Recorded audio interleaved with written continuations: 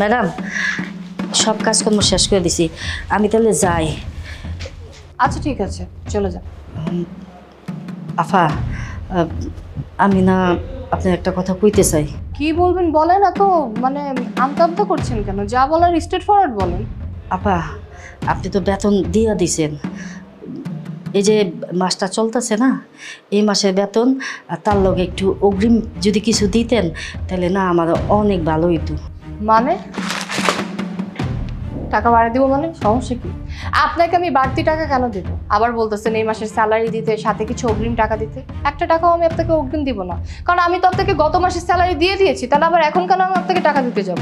আপা, কইছিলাম কি, আমার মাইয়াটার না এসএসসি পরীক্ষা কদিন পরে, তো আমার মাইয়াটা না অনেক শখ করছে, পরীক্ষার মধ্যে তো একটু ভালো মন্দ খাওয়ান লাগে। ওই না আমার কাছে মুরগির গোশ, মাছ, ডিম, দুধ এগুলো না খাইতে চাইছে।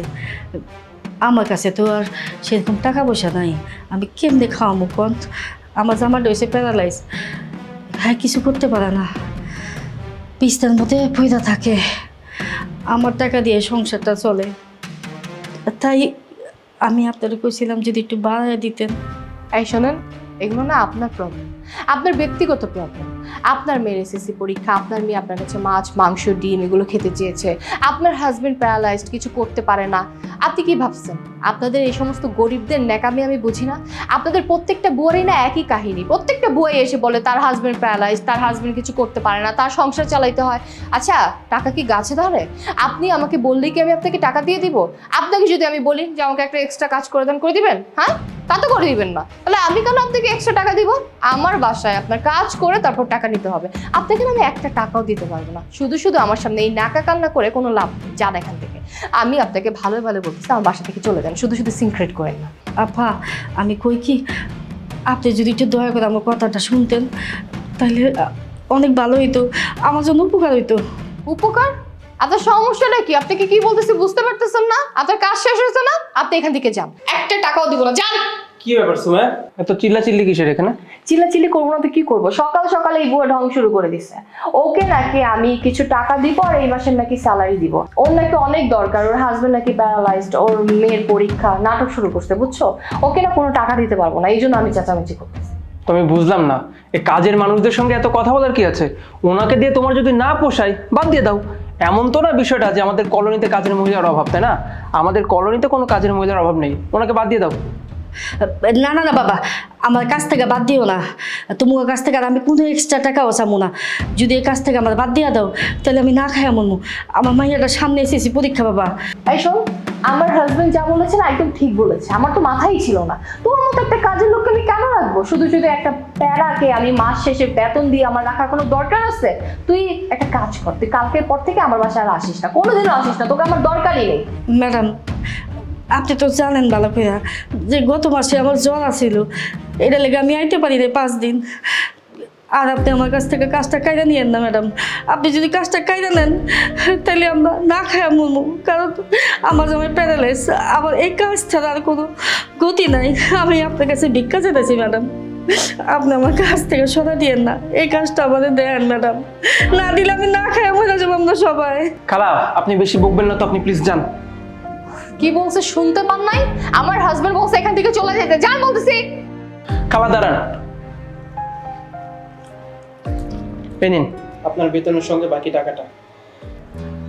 আসলে সত্যি বলতে আপনাকে অপমান করার কোনো ইন্টেনশন আমাদের ছিল না, শুধুমাত্র আপনাকে একটা শিক্ষা দেওয়ার জন্য আমরা এতক্ষণ এত নাটক করছিলাম। কেন করেছি আশা করি আপনি বুঝতে পারেননি, তাই না? আচ্ছা ঠিক আছে, আপনাকে বলতেছি কেন করেছি। কারণ আপনার মনে আছে যখন আমি অফিসে ছিলাম, আমার অফিসের কাজের জন্য আমি বাড়িতে আসতে পারতেছিলাম না, তখন আপনি কি করেছেন?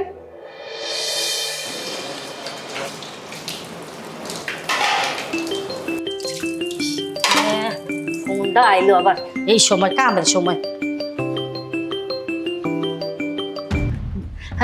হ্যাঁ আসসালামু আলাইকুম ম্যাডাম, কোন? হ্যাঁ খালা, আপনি তো খুব ভালো করেই জানেন আপনার স্যার ওর আলসারের প্রবলেম, যার কারণে বাইরের খাবার খেতে পারে না। যেহেতু আমি আসতে পারতেছি না, এই কয়েকদিন আপনি ওকে একটু রান্না করে খাওয়ায়েন, ঠিক আছে? হ্যালো শুনতে পাচ্ছেন? হ্যালো হ্যালো হ্যালো খালা, হ্যালো। Hello hello hello.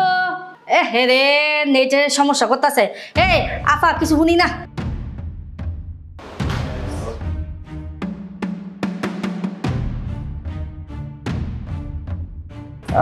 খালা, হ্যাঁ কি হয়েছে কোন? না মানে আপনার ম্যাডাম তো অফিসের কাজে আটকায় পড়ছে, ওর আজকে আসার কথা ছিল কিন্তু আসতে পারতেছে না।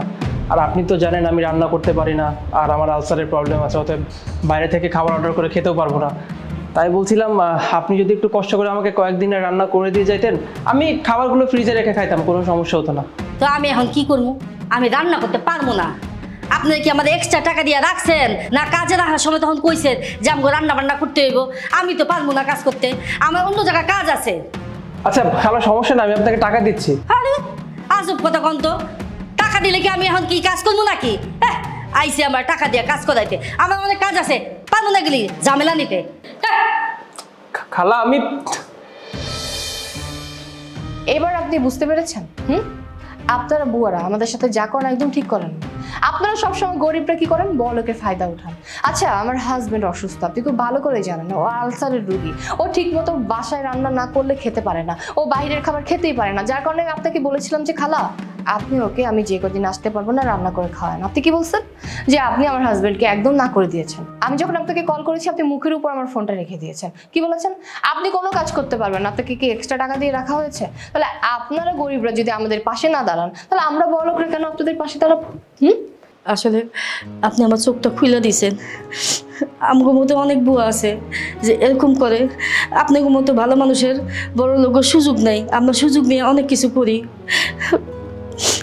আমাদের মাফ করে দেন, আমি আর নেক্সট টাইম এরকম আর করবো না। আশা করি আপনি আপনার ভুলটা বুঝতে পারছেন। ঠিক আছে খালা, আপনি এখন যান।